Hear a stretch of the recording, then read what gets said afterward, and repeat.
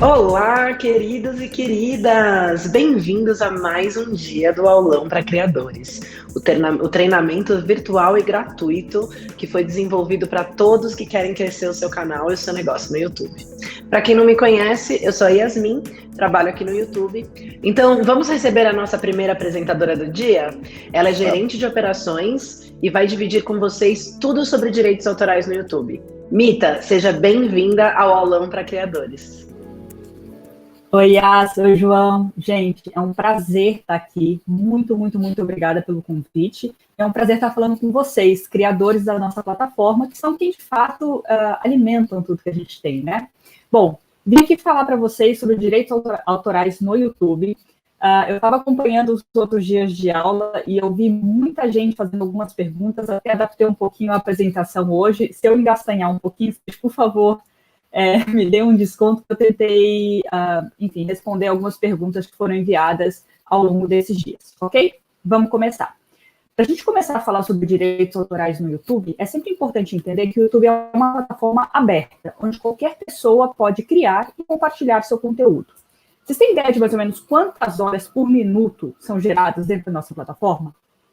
São mais de 500 horas criadas por minuto. Então, é muito conteúdo. E você é responsável por todos os aspectos relacionados a um conteúdo que você for publicar no YouTube. Mas aqui tem um porém. Não necessariamente todo o conteúdo que você captura, você detém todos os direitos sobre ele. Ou seja, o que você captura, registra, pertence a você. E é justamente aí que entra as questões dos direitos autorais. Os direitos autorais, eles vão sempre se aplicar à obra original, estabelecida em mídia tangível. O que quer dizer essa mídia tangível? Quer dizer uma mídia ou um formato onde você consiga facilmente identificar. Então, a gente costuma dizer o seguinte: ideia, pensamento, não é protegido por direito autoral, tá? Porque assim, poxa, eu pensei nisso antes, mas registrou, colocou no papel, colocou em algum lugar onde alguma pessoa poderia ter passado de fato copiado. Se não está numa mídia tangível, infelizmente, neste caso, não entraria o direito autoral, ok?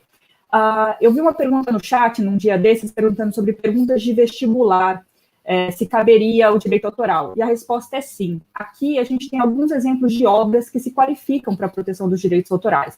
Então, vai desde obras audiovisuais, gravações de áudio, obras escritas, palestras, artigos, livros, composições musicais, videogames, obras dramáticas, memes, inclusive, tá? Então, são qualquer elemento, obra original estabelecida em mídia tangível, é possível de ser coberta pelo direito autoral. Se vocês quiserem saber mais sobre os tipos de obra ou outros detalhes em relação a isso, vocês podem navegar em https://suporte em inglês, tá? Com 2 P's e sem o E no final, .google.com/legal, tá? Aí lá é a nossa central de ajuda sobre assuntos legais em geral do YouTube, vocês conseguem saber um pouquinho mais, beleza? Bom, dentro do YouTube, os nossos sistemas em relação aos direitos autorais vão servir justamente para que os detentores desses direitos possam, identificar o uso dos seus conteúdos dentro do YouTube, 2, controlar e 3, se beneficiar dessa distribuição feita por outros usuários. Aqui é importante a gente fazer uma ressalva. O YouTube não media disputa de direito de propriedade, tá? Então, não cabe a nós dizer, este conteúdo pertence à pessoa A ou à pessoa B. Então, a gente só vai agir a partir de uma reclamação formal do proprietário do conteúdo. Ou seja, alguém que se declarou proprietário daquele conteúdo tem que entrar em contato com a gente e pedir para remover ou para entrar em contato com quem está utilizando, tá? Como que esse proprietário faria essa reclamação? A gente tem 2 modos. O primeiro modo é o formulário online, e ele é um modo manual, ou seja, você tem um formulário dentro da nossa central de ajuda, onde você vai preencher os dados daquela reclamação e vai enviar para a gente. Existe um segundo modo, que é o escaneamento automático, ou o conhecido como Content ID, tá? O Content ID, ele é uma ferramenta super robusta. Para vocês terem uma ideia, aqui trazendo um contexto, são mais de 400 horas por minuto que o Content ID verifica para ver se a gente encontra uma correspondência. são mais de 9 mil proprietários de direitos autorais que utilizam essa ferramenta, incluindo aí emissoras, estúdios de cinema, gravadoras, criadores de conteúdo independentes, entre outros. A gente tem mais de 75 milhões de arquivos de referência dentro do Content ID. E são mais de 600 anos de conteúdo de referência de áudio e visual, né, em tempo, que a gente utiliza para encontrar referências, ok? Então, vocês têm uma noção da quantidade de conteúdo que a gente tem para verificar esses matches, né? Então, esses encontros de um conteúdo já existente que detenham seus direitos declarados dentro da nossa plataforma. Bom, falando um pouquinho como que o Content ID funciona. Uma vez que o usuário faz um upload, então a gente tem aqui os arquivos enviados, o Content ID ele vai verificar a correspondência de vídeo e áudio junto com a nossa base de dados. Então, um passo antes, o proprietário de um determinado conteúdo vai criar aquela referência. A partir dessa referência, a gente vai usar aquilo como base e qualquer upload que for feito, né, qualquer envio que for feito, a gente vai comparar. Se a gente encontrar uma correspondência, a gente vai verificar o que aquele proprietário de conteúdo falou que gostaria de fazer. Aqui tem 3 ações possíveis de serem tomadas, tá? E são baseadas em regras pré-definidas pelo dono, proprietário do conteúdo. Uma possibilidade é a monetização, que é o proprietário permite que você utilize o conteúdo dele, mas ele e ela é quem vão fazer a monetização. Track, ou rastreio, né, trazendo para o português, vai permitir também a utilização do conteúdo, mas todos os insights de público também vão para o proprietário. E tem a terceira opção, que é o bloqueio, que é quando este proprietário não permite a reprodução do seu conteúdo dentro da nossa plataforma, tá? Então, é por isso que a gente conta muito com vocês, criadores, para manter uma saúde dentro do nosso ecossistema. Então, assim, às vezes a gente vê algumas tentativas de burlar esse sistema de escaneamento. Então, vou colocar uma borda, ou, de repente, vou espelhar. Não adianta, tá? Assim, a nossa ferramenta ela é extremamente robusta, ela está preparada para achar essas pequenas manipulações e, enfim, não contribui com a nossa... Desculpa.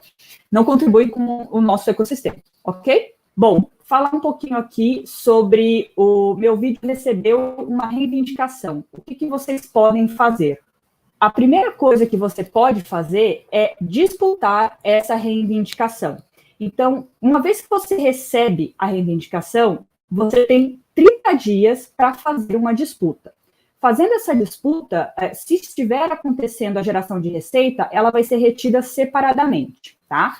E dentro desses 30 dias, a gente vai avaliar um pouquinho, a gente vai avaliar essa sua disputa, se você de fato tem os direitos ou não. Uma vez que é dada uma resposta, você ainda pode contestar essa decisão, tá? Então, você tem um primeiro momento, recebeu a reivindicação, pode fazer a disputa, recebeu a primeira resposta dessa disputa, pode fazer a contestação. Passado esse período, você entra nos períodos de contranotificação.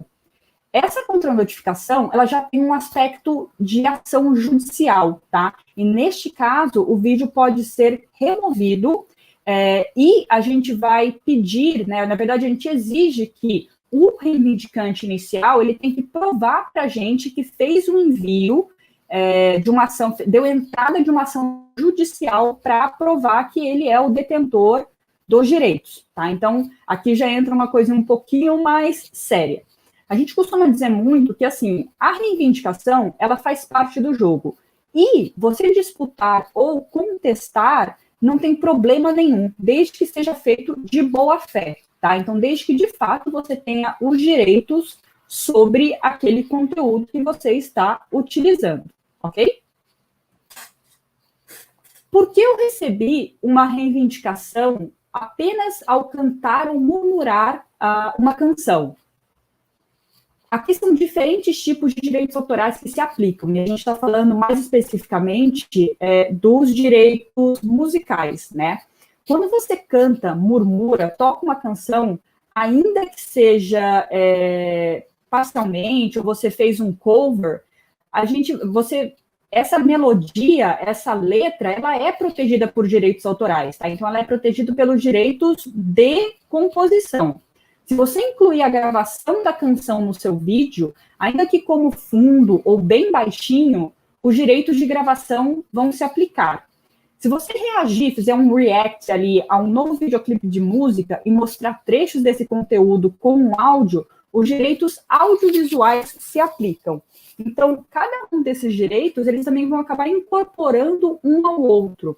Então, o direito audiovisual, ele é o mais completo, porque ele vai ter o áudio e o vídeo. A gravação de som é incorporada dentro do audiovisual, na parte de áudio, e uma composição, ela é incorporada dentro de uma gravação de som, ok? Um bom ponto aqui. Não é apenas os direitos autorais que são os únicos aspectos legais que se aplicam no YouTube, tá? Existem outras questões também, como uso de marca, difamação, falsificação, abuso, violação de privacidade, enfim, outros que também podem ser denunciados. Então, há outros aspectos legais que se aplicam no YouTube, tá? Mas aqui a gente está focando bastante em direitos autorais, então vamos voltar para eles. Aqui, a gente tinha recebido uma pergunta da Letícia. A Letícia perguntou como funciona a automatização dos recados de direitos autorais e qual a melhor política que devemos proceder quando recebemos uma notificação. Letícia, obrigada pela pergunta, e aqui eu vou mostrar para vocês, dentro do YouTube Studio, onde vocês podem ver essas notificações de direitos autorais. Então, dentro dos seus vídeos, você vai ver ali a indicação de se está elegível ou não a monetização, tá? Então, se tiver, por exemplo, inelegível, ou mesmo se estiver monetizando, mas você tiver ali a indicação de que tem um aviso de direitos autorais, ali é uma indicação que você teve uma reivindicação, tá? Aqui são mais detalhes daquela telinha, uma vez que você clica para saber mais. Então, você teve impacto no canal? Não. A visibilidade continua pública? Sim. A monetização, você não está elegível. E você consegue ver quem foi ou qual foi o conteúdo que fez aquela reivindicação. Nesse caso, é uma música, você consegue ver pelo tipo de reivindicação, a notinha musical ali na coluna do meio. O conteúdo utilizado é do Silva, e aqui seria também onde você teria a opção de selecionar uma ação, tá? Então, aqui à sua direita, no azulzinho, você poderia selecionar uma ação e fazer a disputa, fazer o apelo, se você tivesse o direito sobre aquele conteúdo, ok? E aqui trazendo um pequeno spoiler, né, assim, uma visão do futuro. No futuro, a gente vai ter uma opção de filtrar todos os seus conteúdos que têm reivindicações por direitos autorais, tá? Isso está em breve, dentro do YouTube Studio vai ter essa opção, ok? Aqui, eu queria falar um pouquinho sobre a diferença, que às vezes as pessoas confundem entre reivindicação e aviso de direitos autorais. Uma reivindicação, novamente, é parte do jogo, tá? Ela significa apenas que a gente encontrou um conteúdo que é de propriedade de outra pessoa no seu canal. E os detentores dos direitos vão poder decidir o que eles querem que aconteça se alguém reutilizar o material deles. A menos que a política que eles definiram sejam de bloqueio, o vídeo continua disponível, ok? Já um aviso de direito autoral, ele já causa a remoção do vídeo, porque o detentor daqueles direitos pediu para a gente, remova esse conteúdo, eu não quero que utilize, tá? Aqui precisa ser avisado para a gente formalmente que o usuário não tem permissão para postar o conteúdo, e a gente é obrigado, por lei, a remover. Então, você tem uma diferença entre reivindicação, que é parte do jogo, e o aviso de direito autoral, que realmente remove o conteúdo do ar, tá? Aqui, a gente tinha recebido uma pergunta do Universo. Beleza. O Universo perguntou, ao receber um strike, o canal perde o direito de ser monetizado? A gente falou sobre monetização ontem com o Abner, se eu não estou enganada. Vamos falar como que o direito autoral entra nessa questão. Se você receber um aviso de direito autoral, ou copyright strike, como a gente fala, isso serve como apenas um alerta. Pode impactar na sua monetização? Pode. Pode ser que a sua monetização seja suspensa por 14 dias ou 30 dias. Se no caso do direito autoral ter sido feita dentro de uma live e ela tiver sido removida por copyright, o seu acesso pela ferramenta de streaming pode ficar também restringida por 90 dias, tá? Se você receber 3 copyright strikes dentro de uma janela de 90 dias, a sua conta, todos os canais associados poderão ser encerrados, tá? Isso vai causar com que todos os vídeos da sua conta sejam removidos e você não vai mais poder criar novos canais. Então, assim, fique esperto toda vez que vocês receberem um aviso de direito autoral para tentar resolver e não repetir dentro deste período de 90 dias, para evitar chegar perto sequer desses 3 avisos de direitos autorais na sua conta, tá bom? Vamos lá, temos a última pergunta aqui do Henrique. O Henrique pergunta: como fazer reviews de filmes e séries colocando trechos dos mesmos sem tomar strike, flag ou monetização? Essa é a pergunta que eu acho que eu mais recebo, né? Como é que eu faço para utilizar um conteúdo, a gente fala de terceiros, mas é um conteúdo que não é próprio meu, dentro do meu vídeo?